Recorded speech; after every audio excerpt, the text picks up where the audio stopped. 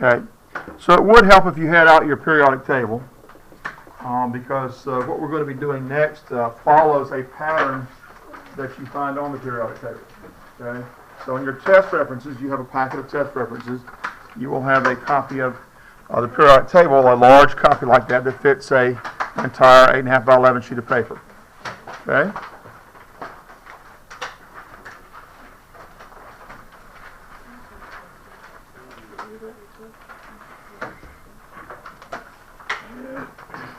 So what we're going to do is we're going to, it just turns out that I happen to have a periodic table on yellow paper here, so we're going to follow the yellow brick road, okay? And it just means starting 1, 2, see the atomic number at the top. What does that number tell you? It should tell you something about the structure of the atom. What do those numbers at the top tell you? Huh? Not the number of atoms. Electrons. It would be the number of electrons indirectly. Primarily, it's the number of protons. If it's an atom and not an ion has lost electrons or has gained electrons. Okay? If it's an atom, then the number of protons and the number of electrons will be the same. That's an important concept now, because one of the things we went over last week was the pattern of ionic radii. Okay? Well, that's the atomic size. Well, I'm sorry, ionic size. Well, ionic size is dependent on atoms having extra electrons or having fewer electrons, okay? And that become ions, monoatomic ions when you do that. But if you're talking about just the number of electrons for an atom, then the number of protons is represented by this number, and the number of electrons will be the same. So we're primarily talking about the number of protons when we look at the number at the top here. That is what we use to figure out which atom it is. So, but now this number of protons will tell us the number of electrons in an atom. And what we're looking at is the electrons and the way they're arranged in an atom. We're looking at the structure of the electron cloud. Now, when you think about what's going on in the electron cloud, electrons are moving around like nearly the speed of light. How do you call that structure? Well, but they live in certain regions. Okay, even though they move around a lot, they stay in certain regions. Okay, you guys move around a lot. You get up and come to school every weekday, right? You know, you go on the weekends, maybe you go to the mall. You move around a lot, but you probably only stay right in this kind of general area, right on Spartanburg area, right? Okay, you don't go very far most days. Well, that's kind of like electrons. They don't go very far most days, so our structure here has to do with where they are most of the time. All right, so what we're going to look at, we're going to kind of map, or not map, but sort of kind of provide an address for electrons, all right? So let's start with the first element, hydrogen. So make sure you're looking at where I am on the periodic table here. We're looking at hydrogen. Okay, so for hydrogen, we want to know how many electrons does hydrogen have, a hydrogen atom. Well, if it has one proton, it has how many electrons? One. So the number of electrons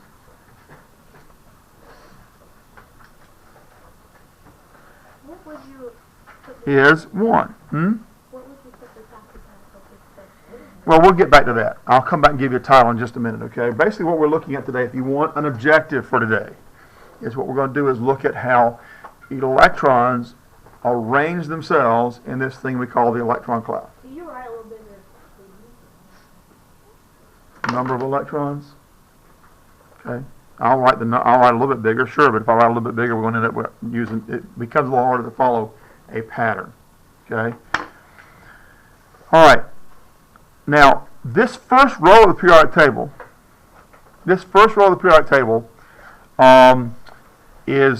it turns out, after we put the periodic table together, we find out that this row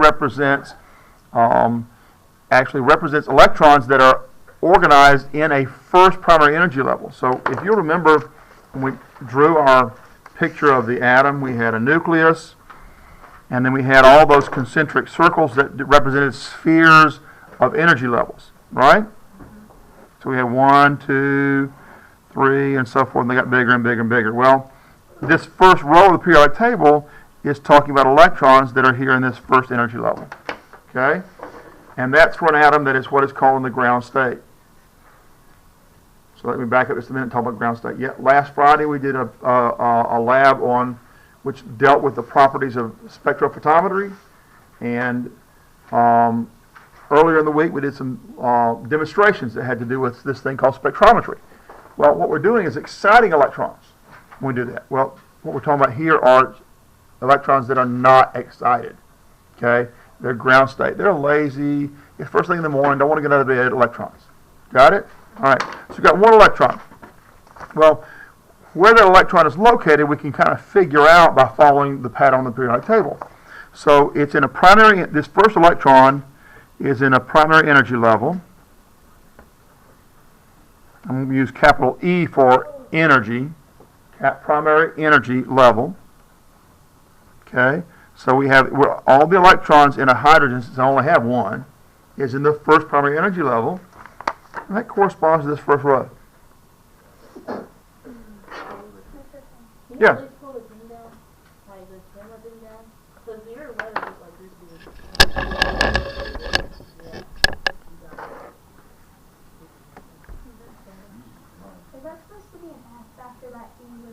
Yeah, that's plural for electrons. Okay, just using shorthand E, negative symbol superscript with an S, just to say it's plural, more than one.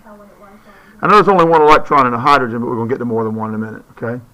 All right, now on the periodic table, then this first row tells us we can kind of figure out where we are on this periodic table as far as the sublevel is concerned. Now, one of the things we did last week was to make periodic table outlines that showed sublevel regions.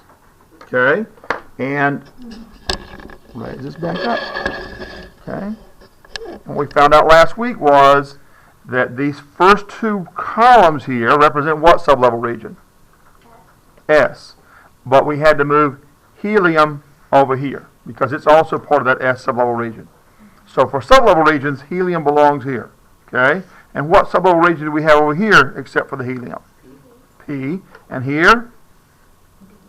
D. And here? F. Okay? So we're looking at sublevel regions here, and the sublevel region that includes the hydrogen here is S. Okay?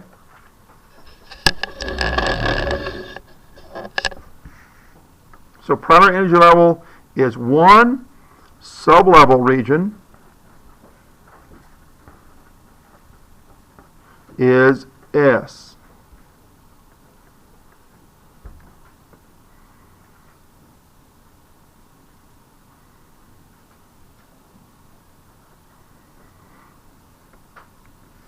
So using this information, then, we can write what's called an orbital notation. Or let's start with electron configurations for this time. Electron configurations.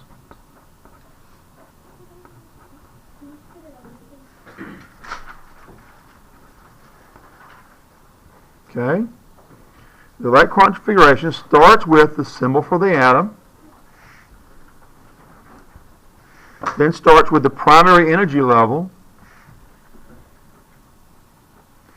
and the sublevel the electrons are located in, and then the number of electrons that are in that sublevel.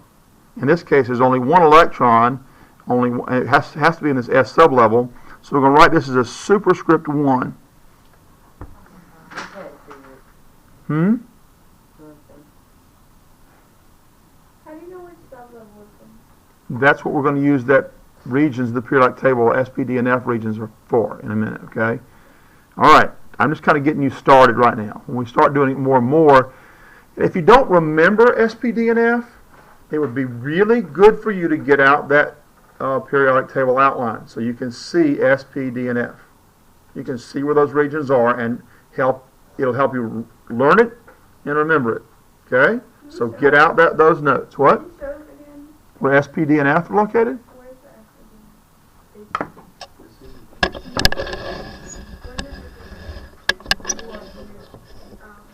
the SPD? You got to get back up and go get somebody's notes. Helium belongs here. First two columns are S. Last 6 columns, except for helium, are P. Where the transition elements are located in here, that's D, and down here on the bottom, that's F. What was that now for the electron configuration? hydrogen symbol, colon. Number 1 is the primary energy level. S is the sublevel region. And this is the number of electrons that are located in that sublevel. And right now we just have 1 electron in that sublevel. Okay? It's going to get a little more complex, but this is where we're starting. Okay? So the primary level is the first number that you put? Mm-hmm. All right, so let's go to helium now. That's the second element. Hydrogen, then helium. Okay? So how many electrons do we have in helium? 2. We're still in that first primary level. We're still in that sublevel region S.